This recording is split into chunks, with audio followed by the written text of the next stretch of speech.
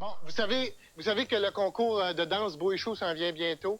Alors, pour aider les gens à capter cette technique merveilleuse qui est la galipette que je fais, parce que je peux pas appeler ça stepette, c'est un anglicisme. La galipette, je vais vous la faire cette fois-ci au ralenti. Alors, étudiez bien ça. OK.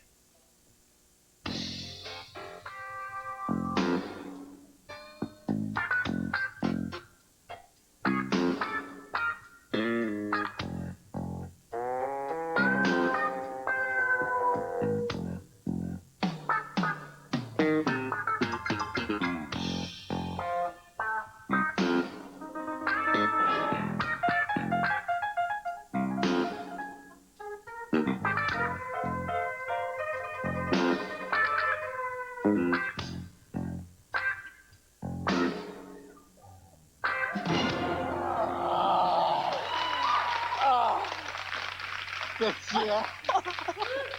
Bravo. Ah, n'importe quoi quand on a l'émission est trop courte. N'importe quoi. Bonjour, Marie-France Mathieu. Bonjour. Ça va bien? Ça va très bien, toi? Oui, tu nous parles de quoi aujourd'hui? Je vous parle de barbecue. Et pour contrebalancer ce que tu viens de faire, je vais parler encore plus vite que d'habitude. Ah, ben, c'est pas... OK?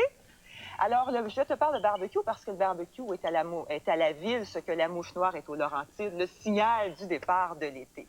Alors, c'est un geste trop familier que nous accomplissons sans vraiment nous rendre compte de toutes ses implications. Je parle du barbecue, bien sûr.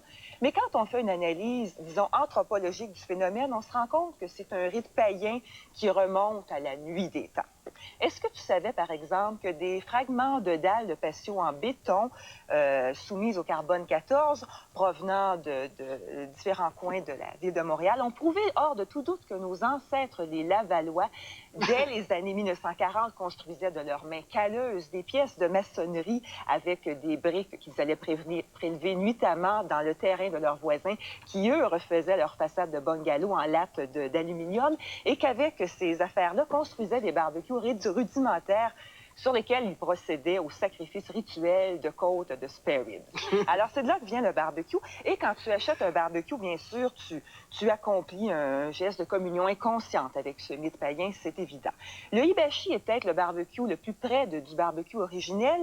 Il évoque la tente roulotte, le camping à Old Orchard.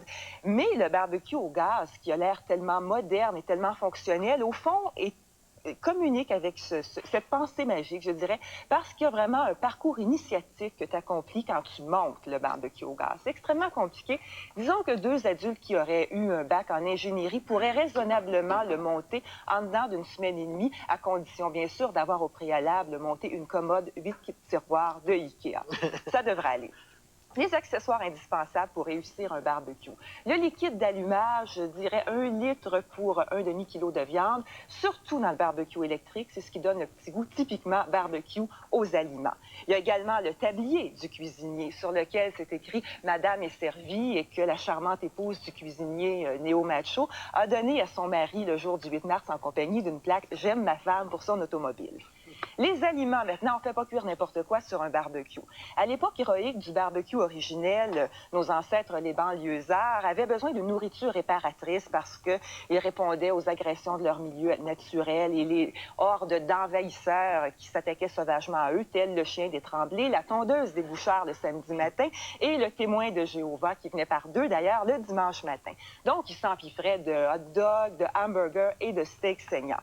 De nos jours, évidemment, avec tout le confort qu'on connaît, ça a bien changé. Nos nourritures sont plus civilisées, mais on communique par la pensée et par le hibachi avec nos ancêtres. Donc, nous utilisons présentement la brochette de filet mignon, qui est un peu le hamburger du parvenu. Nous avons également le boudin blanc truffé au Porto, qui est le hot dog du snob, et la darne de saumon du Pacifique, qui est le steak du Yopi. La cuisson, ça n'a pas changé. Il y a toujours 3 règles d'or. Il faut qu'un bon barbecue soit toujours trop cuit au centre, trop calciné aux extrémités et des traces de grille entre les deux. L'apothéose du barbecue. Le soir tombe. Les assiettes sont rentrées, les maringouins sont sortis, la petite famille est repue, le temps suspend son vol et là, on sort la guimauve et on la fait rôtir au-dessus des braises rougeoyantes et chacun, dans sa tête, bien sûr, chante « Feu, feu, joli feu ». Ça, c'est vraiment le moment total. C'est l'orgasme du barbecue. Et je conclurai en te disant finalement que le barbecue répond à un grand fantasme profondément enfoui en chacun de nous, c'est celui du bonheur de banlieue total. Nous sommes au fond des quétaines qui nous ignorons assez. Alors, tu peux sortir le barbecue de la banlieue, le yuppie de la banlieue, mais jamais tu ne sortiras la banlieue du yuppie. Voilà le barbecue. Marie-France Mathieu. Tu ne feras plus jamais cuire un steak comme avant. La seule femme qui peut parler 6 minutes sans respirer, Marie-France Mathieu.